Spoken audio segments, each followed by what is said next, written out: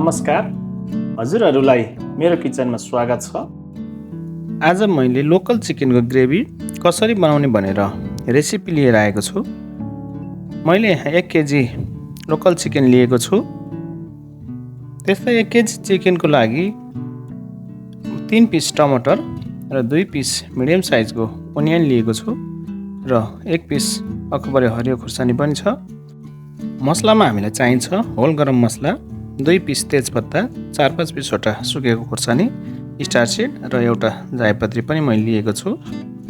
त्यस्तै हामीलाई चाहिन्छ धनिया 1 चम्च, जिराको दाना 1 चम्चा। मैले अदुवा साना 2वटा पिस अदुवा लिएको छु र 7-8 पिस छिलेको लसुन पनि लिएको छु।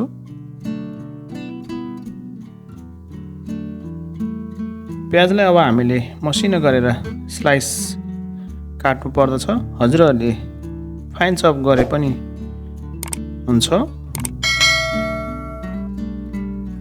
र एउटा फ्राई प्यान हिट गरेर हजुरहरूले यसमा तेल राख्नु पर्दछ। मैले यहाँ 3-4 चम्च तोरीको तेल राखेको छु र तेल हिट भएपछि 2वटा मैले तेजपत्ता यसमा राखिदिएको छु र एकछिन यसलाई हामीले भुट्नु पर्दछ। तेजपत्ताले आफ्नो फ्लेभर तेलमा सबै छोडिसकेपछि हामीले यसमा अघि काटिराखेको प्याज अब राख्नु पर्दछ।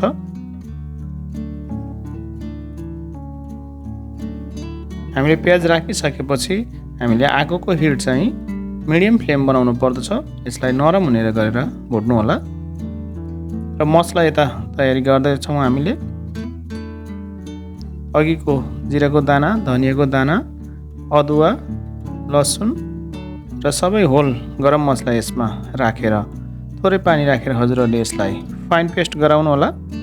र हामीले पाउडर मसलामा चाहिँ घरमै पिसेको गरम मसला आधी चम्च, रेड चिल्ली पाउडर आधी चम्च र मैले बेसार पनि आधी चम्च लिएको छु। प्याजलाई हामीले गोल्डन ब्राउन हुने गरेर फ्राई गर्नु पर्दछ।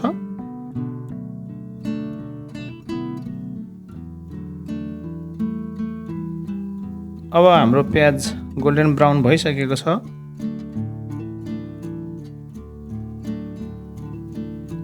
अब चाहिँ हामीले यसमा चिकनलाई राख्नुपर्छ र यसलाई राम्रोसँग मिक्स गर्नु होला। हामीले आगोको हिट मिडियम नै राख्नु पर्दछ।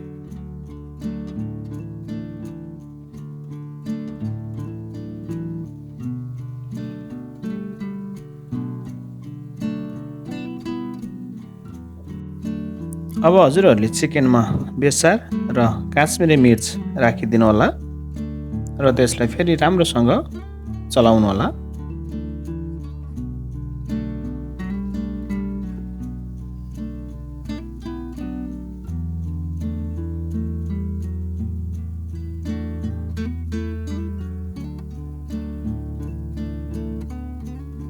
बेसार र काश्मिरी मिर्चसँगै हामीले राखेर पकाउँदा चिकनको कलर राम्रो आउने गर्दछ।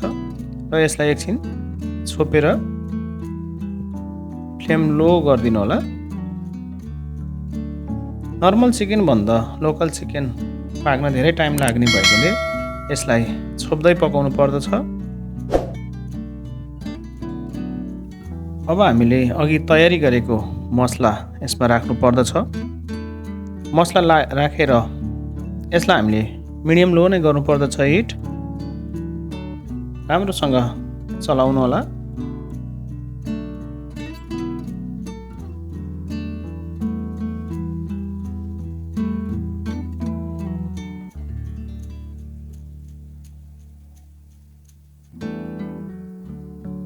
र यसलाई छोपेर एकछिन फेरि पकाउनु होला।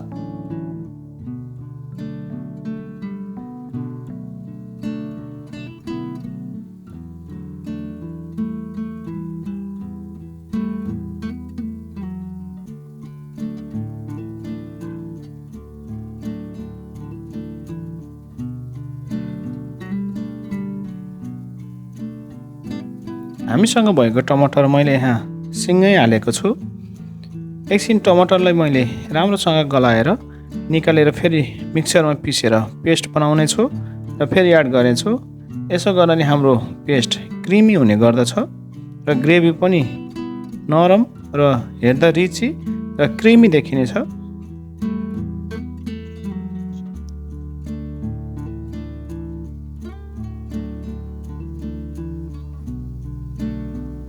हजुरहरूले देख्न सक्नुहुन्छ टमाटर राम्रोसँग गलिसकेको छ। अब यसलाई निकालेर मैले मिक्सचरको जारीमा राखेर यसलाई पेस्ट गराउने छु र फेरि यसमा एड गर्ने छु।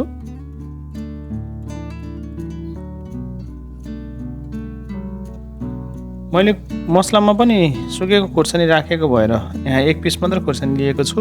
हजुरहरूले चाहिँ आफ्नो स्वाद अनुसार खुर्सानी एड गर्न सक्नुहुनेछ।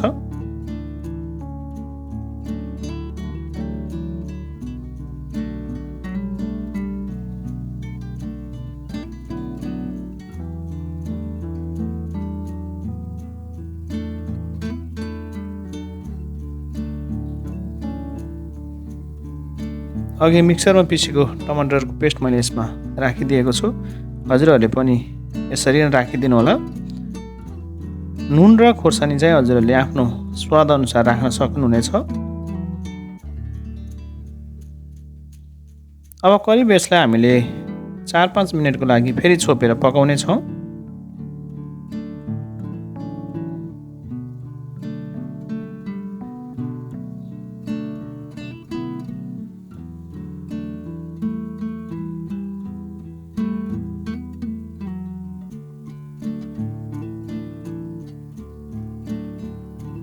हजुरहरूले आवश्यकता अनुसार पानी एड गर्नु होला।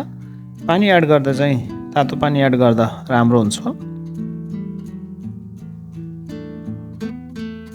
हजुरहरूले ग्रेभीलाई कतिको थिक बनाएर खान चाहनुहुन्छ त्यही अनुसार पानी एड गर्नु होला।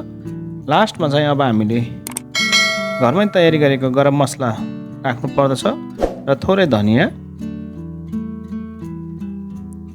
राखेर यसलाई एकचोटि राम्रोसँग चलाएर छोपिदिनु होला।